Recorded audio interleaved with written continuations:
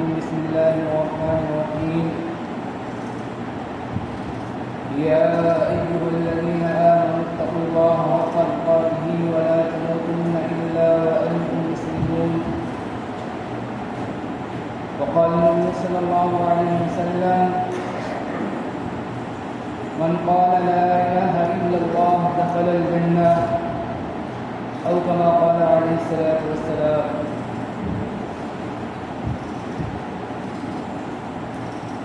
میرے محترم بزرگوں اور دوستوں، پچھلے جمعے کو ایمان سے متعلق، ایمان کی اہمیت سے متعلق کچھ باتیں بیان کی گئی تھی اور یہ بتلایا گیا تھا کہ ایمان جو اللہ رب العزت کی طرف سے عطا کردہ ایک بہت بڑی نعمت ہے. آج جمعے کو بھی انشاءاللہ ایمان سے متعلق، ایمان کی اہمیت سے متعلق صحابہ نے، بزرگان دین نے، سلف صالحین نے ایمان کے خاطر جو مصیبتیں، جو پریشانی برداشت کی، ان کے کچھ واقعات کو انشاءاللہ بیان کیا جائے گا. اللہ تعالیٰ سے دعا کرے کہ اللہ رب العزت صحیح بات کہنے کی اور ہم سب کو کہنے سننے سے زیادہ عمل کرنے کی توفیق عطا فرمائے. ایمان جو اللہ تعالیٰ نے ہمیں اور آپ کو عطا فرمایا ہے، یہ ایک بہت قیمتی اللہ تعالیٰ کی طرف سے عطا کردہ تحفہ اور یہ ایک بہت بڑا عطیہ ہے جو اللہ رب العزت نے ہمیں اور آپ کو عطا فرمایا. اللہ رب العزت نے اس دنیا کے اندر انبیاء علیہ السلام کا ایک مقدس سلسلہ جاری فرمایا. تمام انبیاء علیہ السلام نے لوگوں کو توحید کی دعوت دی. تمام انبیاء علیہ السلام کا جو مشن رہا وہ یہ رہا کہ کسی طرح انسان تاریکی سے نکل کر روشنی کی طرف آ جائے، کسی طرح انسان گمراہی سے نکل کر ہدایت کی طرف آ جائے، کسی طرح انسان سینکڑوں خدا کی عبادت والی عبادت سے نکل کر ایک اللہ تعالیٰ کی طرف عبادت کرنے والا بن جائے، ایک اللہ کی عبادت کرنے والا بن جائے. تمام انبیاء علیہ السلام کی یہی دعوت رہی، یہی ان کا مشن رہا. لیکن جو ایمان ہے، یہ اللہ رب العزت جو ایمان کی دولت ہے، یہ اللہ تعالیٰ انسانوں کو اپنی طرف سے عطا فرماتے ہیں، اپنے فضل سے، اپنے کرم سے عطا فرماتے ہیں. ہم بھی علیہ السلام کے واقعات کو پڑھیں، حضرت نوح علیہ السلام کا واقعہ پڑھیں کہ حضرت نوح علیہ السلام کے گھر میں ان کا سگا بیٹا حضرت نوح علیہ السلام کے اوپر ایمان نہیں لایا. حضرت نوح علیہ السلام کا واقعہ پڑھیں، حضرت لوط علیہ السلام کی بیوی حضرت لوط علیہ السلام کے اوپر ایمان نہیں لائی اور وہ ہلاک اور برباد ہو گئی، عذاب کا شکار ہو گئی. حضور پاک صلی اللہ علیہ وسلم نے بھی چاہا کہ ان کے چہیتے چچا ابو طالب ایمان لے آئیں، کیونکہ ابو طالب نے حضور پاک صلی اللہ علیہ وسلم کا ہر موقع پر اور ہر حال میں آپ صلی اللہ علیہ وسلم کا ساتھ دیا تھا اور آپ صلی اللہ علیہ وسلم کے خاطر بڑی بڑی مصیبتیں اور بڑی بڑی پریشانیاں برداشت کی تھیں. لیکن وہ بھی بغیر ایمان کی اس دنیا سے رخصت ہوئے. اللہ تعالیٰ نے قرآن مجید کے اندر ارشاد فرمایا اِنَّكَ لَا تَهْدِي مَنْ أَحْبَبْتَ وَلَكِنَّ اللَّهَ يَهْدِي مَن يَشَاءُ کہ اے حبیب صلی اللہ علیہ وسلم، اے محمد صلی اللہ علیہ وسلم، آپ جس کو چاہیں اس کو ہدایت نہیں دے سکتے، وَلَكِنَّ اللَّهَ يَهْدِي مَن يَشَاءُ لیکن اللہ تعالیٰ جس کو چاہتا ہے اس کو ہدایت سے سرفراز فرماتا ہے، اس کو ہدایت عطا فرماتا ہے۔ تو اللہ تعالیٰ نے ہمیں بغیر مانگے ہوئے، بغیر سوال کیے ہوئے، بغیر درخواست کیے ہوئے اللہ رب العزت نے ہمیں اور آپ کو یہ ایمان جیسی بڑی دولت عطا فرما دی۔ اس لیے ہمیں اور آپ کو اپنے اس ایمان کی فکر کرنا ہے کہ ہمارا یہ ایمان اس دنیا سے بن کر اور بچ کر چلا جائے۔ ہمیں اور آپ کو اس ایمان کی فکر کرنا ہے جس طرح ہم اپنے دنیاوی تمام چیزوں کی فکر کرتے ہیں، اپنے کھانے کی، اپنے کپڑے کی، اپنے رہنے سہنے کی، اپنے مکان کی، ہر طرح کی اپنی دنیاوی چیزوں کی فکر کرتے ہیں، اسی طرح ہمیں اپنے ایمان کی بھی فکر کرنا ہے۔ اگر ہمیں اور آپ کو ایمان کی قدر و منزلت کا اندازہ لگانا ہے کہ ایمان کی قدر و منزلت کیا ہے، ایمان کی اہمیت کیا ہے، تو ہمیں اور آپ کو صحابہ کے واقعات کو پڑھنا ہوگا۔ حضرت بلال حبشی رضی اللہ تعالیٰ عنہ صحابی رسول ہیں، آپ صلی اللہ علیہ وسلم کے اوپر ایمان لائے، اور ایمان لانے کے بعد حضرت بلال حبشی رضی اللہ تعالیٰ عنہ کو طرح طرح سے ستایا گیا۔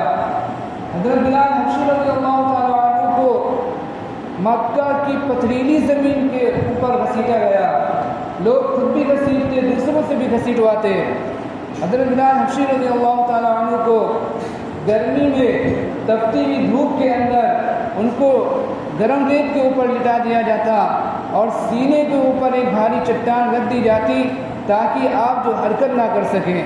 آپ ہلے ڈلے نہ، اور آپ سے کہا جاتا کہ تم اس دین کا انکار کر دو جو محمد دین کو لے کر آئے، جو آپ صلی اللہ علیہ وسلم جس دین کو لے کر آئے تم اس دین کا انکار کر دو اور لات العزیٰ کی عبادت کرنے والے بن جاؤ تو ہم تمہیں چھوڑ دیں گے۔ لیکن حضرت بلال حبشی رضی اللہ تعالیٰ عنہ ان تمام مصیبتوں کو، ان تمام پریشانیوں کو، ان تمام تکلیفوں کو برداشت کرتے۔ حضرت بلال حبشی رضی اللہ تعالیٰ عنہ نے اپنے گھسیٹے جانے کو برداشت کر لیا، اپنے اوپر پتھر اور چٹان رکھنے کو برداشت کر لیا، لیکن ایمان سے نہیں ہٹے۔ آپ برابر ایک ہی لفظ کی رٹ لگائے ہیں، احد احد احد، کہ اللہ ایک ہے، اللہ ایک ہے، عبادت کے لائق صرف اللہ ہے۔ اسی طرح ہم اگر ایمان کی قدر و منزلت کا اندازہ لگانا چاہتے ہیں تو ہم حضرت خبیب رضی اللہ تعالیٰ عنہ کا واقعہ پڑھیں کہ حضرت خبیب رضی اللہ تعالیٰ عنہ کو مشرکین مکہ نے، کفار مکہ نے حضرت خبیب رضی اللہ تعالیٰ عنہ کو پکڑ لیا اور ان کو شہید کرنے کے لیے لے جانے لگے، ان کو قتل کرنے کے لیے لے جانے لگے۔ حضرت خبیب رضی اللہ تعالیٰ عنہ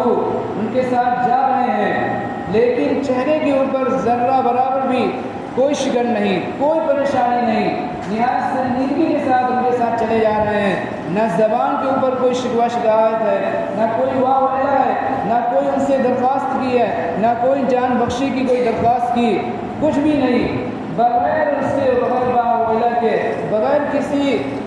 زبان پر شکوہ شکایت کے چلے جا رہے ہیں۔ اور جب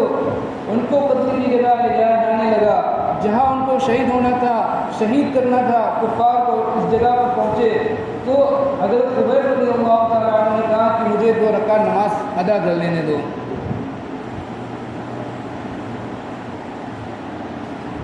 اور جلدی جلدی 2 رکعت نماز ادا کی اور کہا کہ اگر مجھے اس بات کا خوف نہیں ہوتا کہ تم یہ سوچو گے کہ موت کے خوف سے میں نے نماز کو لمبی کر دیا تو میں نماز کو اور زیادہ لمبی کرتا۔ اسی طرح اگر ہم ایمان کی قدر و قیمت کا اندازہ لگانا چاہیں تو ہم حضرت خباب رضی اللہ تعالیٰ عنہ کے واقعوں کے پڑھیں کہ حضرت خباب رضی اللہ تعالیٰ عنہ جب ایمان لے کر آئے تو آپ کو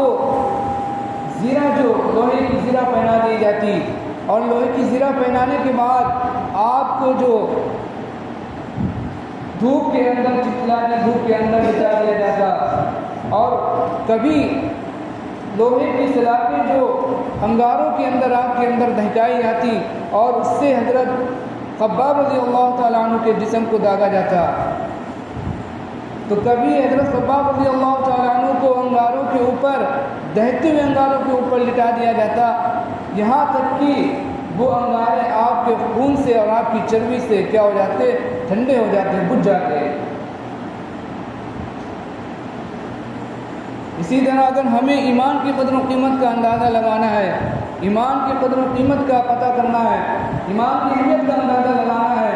تو ہمیں اور آپ کو قرآن مجید کے اندر جو خندق والوں کا جو واقعہ بیان کیا گیا ہے اس کو پڑھنا چاہیے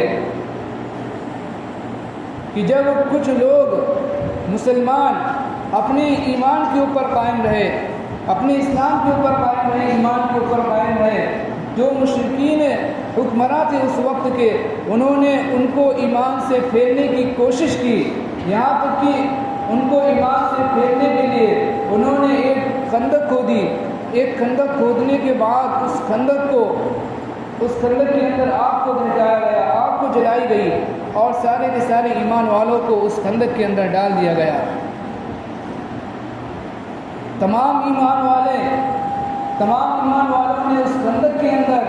اور اس آگ کے اندر اپنے آپ کو جلنا گوارا کر لیا، برداشت کر لیا، لیکن ان میں سے کوئی بھی اپنے ایمان سے نہیں ہٹا، کسی نے ایمان کا دامن نہیں چھوڑا۔ اسی طرح اگر ہمیں اور بھی آگے بڑھ کر ایمان کی قدر و قیمت کا اندازہ لگانا ہے کہ ایمان کیا چیز ہے، ایمان کی اہمیت کیا ہے، تو ہم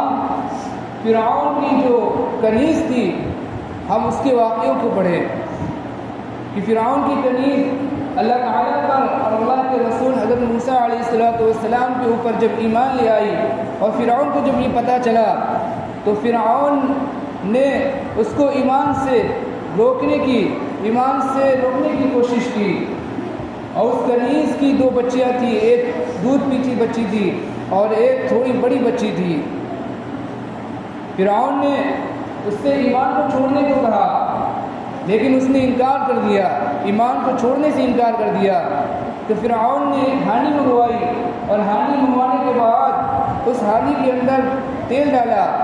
اور تیل کو کھولایا گیا، اور کھولانے کے بعد اس ہانڈی کے اندر اس کنیز کی دودھ پیتی ہوئی بچی کو ڈال دیا گیا، لیکن پھر بھی وہ کنیز اپنے ایمان سے دستبردار نہیں ہوئی، پھر بھی اس نے ایمان کو نہیں چھوڑا۔ پھر اس کی دوسری بچی کو اس ہانڈی کے اندر، کھولتی ہوئی ہانڈی کے اندر ڈال دیا گیا، پھر بھی اس کنیز نے اپنے ایمان کو نہیں چھوڑا۔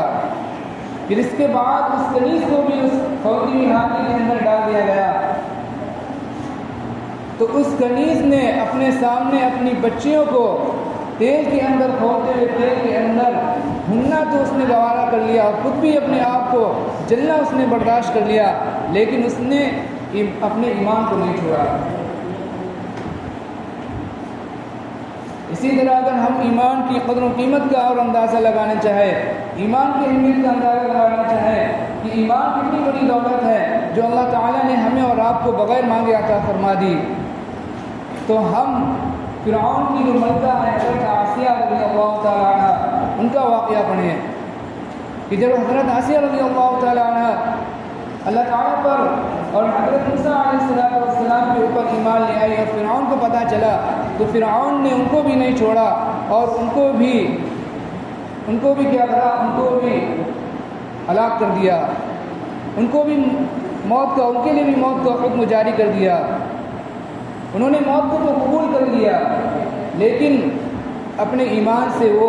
دستبردار نہیں ہوئے، انہوں نے اپنے ایمان کو نہیں چھوڑا۔ تو یہ ایمان کے واقعات ہیں، اس سے ہمیں اور آپ کو جو ایمان کی اہمیت کا اندازہ لگتا ہے، اس سے ہمیں ایمان کی قدر و قیمت کا اندازہ لگتا ہے کہ اللہ تعالیٰ نے ہمیں اور آپ کو کتنی بڑی دولت دی، کتنی قیمتی دولت اللہ تعالیٰ نے ہمیں اور آپ کو عطا فرمائی، کتنی قیمتی دولت اللہ تعالیٰ نے ہمیں اور آپ کو ایمان کی دولت عطا فرمائی۔ اور بھی اگر ہم ایمان کی قدر و قیمت کا اندازہ لگانا چاہیں تو ہمیں جو بزرگان دین ہیں ان کے واقعات کو پڑھنا ہوگا کہ انہوں نے ہر تکلیف کو برداشت کر لیا، ہر چیز کو برداشت کر لیا، لیکن ایمان کو اپنے ہاتھ سے نہیں جانے دیا، ایمان کو انہوں نے سودا نہیں کیا۔ حضرت عبداللہ بن حذافہ سہمی رضی اللہ تعالیٰ عنہ کا واقعہ ہے کہ روم کی فوج نے انہیں گرفتار کر لیا، اور گرفتار کرنے کے بعد بادشاہ کے سامنے ان کو پیش کیا گیا۔ بادشاہ نے کہا کہ اگر تم اپنے ایمان سے پھر جاؤ، اپنے ایمان کو چھوڑ دو اور ہمارے جو اس مذہب کو قبول کر لو، تو ہم تمہیں اپنی سلطنت کے اندر شریک کر لیں گے، ہم تمہیں اپنی سلطنت کا آدھا حصہ دے دیں گے۔ حضرت عبداللہ بن حذافہ سہمی رضی اللہ تعالیٰ عنہ نے کہا کہ تم اگر صرف اپنی سلطنت ہی نہیں بلکہ عرب کے تمام ممالک کی سلطنت اگر ہمیں دے دو، تب بھی ہم پلک جھپکنے کے بقدر بھی ایمان سے ہٹنے کے لیے تیار نہیں ہوں گے، پلک جھپکنے کے بقدر بھی ہم ایمان سے ہٹنے کے لیے تیار نہیں ہوں گے۔ تو اس بادشاہ نے کہا کہ یہ اس طرح باز نہیں آئیں گے، اس طرح یہ ایمان سے نہیں ہٹیں گے۔ تو اس نے اور بھی کوشش کی، اور اس نے جو سولی کا پھندا، پھانسی کا پھندا لٹکایا، اور ان کو اس پھانسی کے پھندے کے اوپر لٹکا دیا گیا، اور اپنے تیر اندازوں سے اس نے کہا کہ تیر اس طرح چلانا کہ ان کے آس پاس سے نکلے، ان کو لگے نہ۔ تو تیر اندازوں نے اس طرح تیر چلایا کہ حضرت عبداللہ بن حذافہ سہمی رضی اللہ تعالیٰ عنہ کے آس پاس سے نکل رہا ہے، اور وہ بادشاہ ان کے سامنے برابر ہی کہتا جا رہا ہے کہ تم اپنے ایمان کو چھوڑ دو اور ہمارا مذہب قبول کر لو۔ حضرت عبداللہ بن حذافہ سہمی رضی اللہ تعالیٰ عنہ اس حالت کے اندر کہ جان جانے کا عالم ہے، لیکن برابر انکار کرتے رہے۔ پھر اس بادشاہ نے حکم دیا، بادشاہ نے، کہ ان کو جو سولی سے اتار لیا جائے۔ پھر ان کو سولی سے اتار لیا گیا۔ پھر بادشاہ نے ایک دوسری تدبیر سوچی کہ اس طرح ان کو ایمان سے پھیرا جائے، اس طرح ان کو ایمان سے چھوڑا جائے۔ تو اس نے ایک جو کڑھائی منگوائی، اور اس کے اندر اس نے آگ جلوائی، اور اس کے اندر تیل ڈالا۔ تیل ڈالنے کے بعد ان کے ایک ساتھی کو اس کے اندر ڈال دیا گیا۔ ڈالتے ہی ڈالتے وہ جو ساتھی تھے، ان کے ایک ساتھی، وہ بالکل جل بھن کر کباب ہو گئے۔ پھر ان کے دوسرے ساتھی کو ان کے سامنے ڈالا گیا، وہ بھی اسی طرح جل بھن کر کباب بن گئے۔ پھر ان سے کہا گیا کہ تم اپنے ایمان سے نہیں پھرو گے تو تمہارے ساتھ بھی یہی معاملہ کیا جائے گا۔ جب حضرت عبداللہ بن حذافہ سہمی رضی اللہ تعالیٰ عنہ نے یہ حالت کو دیکھا تو ان کی آنکھوں سے آنسو جاری ہو گئے۔ تو بادشاہ کے جو کارندے تھے، انہوں نے بادشاہ کو یہ بتایا کہ وہ ان کے آنکھوں سے آنسو جاری ہو گئے ہیں، وہ رونے لگے۔ تو بادشاہ نے ان کو بلایا اور ان سے کہا کیا تم اب بھی ہمارے دین کو قبول کرنے کے لیے تیار ہو؟ تو انہوں نے کہا کہ میں اس لیے نہیں رو رہا تھا، بلکہ میں اس لیے رو رہا تھا کہ مجھ کو اللہ رب العزت نے ایک جان دی ہے، اور تھوڑی دیر کے بعد یہ جان کیا ہو جائے گی، یہ چلی جائے گی۔ میں اس لیے رو رہا ہوں کہ اللہ تعالیٰ نے ایک ہی جان دی ہے، کاش کہ میرے جسم کے اندر جتنے بال ہیں اتنی میری جان ہوتی، اور میں ایک ایک جان کو باری باری اللہ تعالیٰ کے راستے کے اندر قربان کر دیتا۔ تو بادشاہ نے جب ان کے اس جذبے کو دیکھا، اس جذبے کو سنا، ان باتوں کو سنا، تو اس بادشاہ نے کہا کہ اچھا ہم تم کو رہا کر دیں گے، چھوڑ دیں گے، تم اتنا کام کر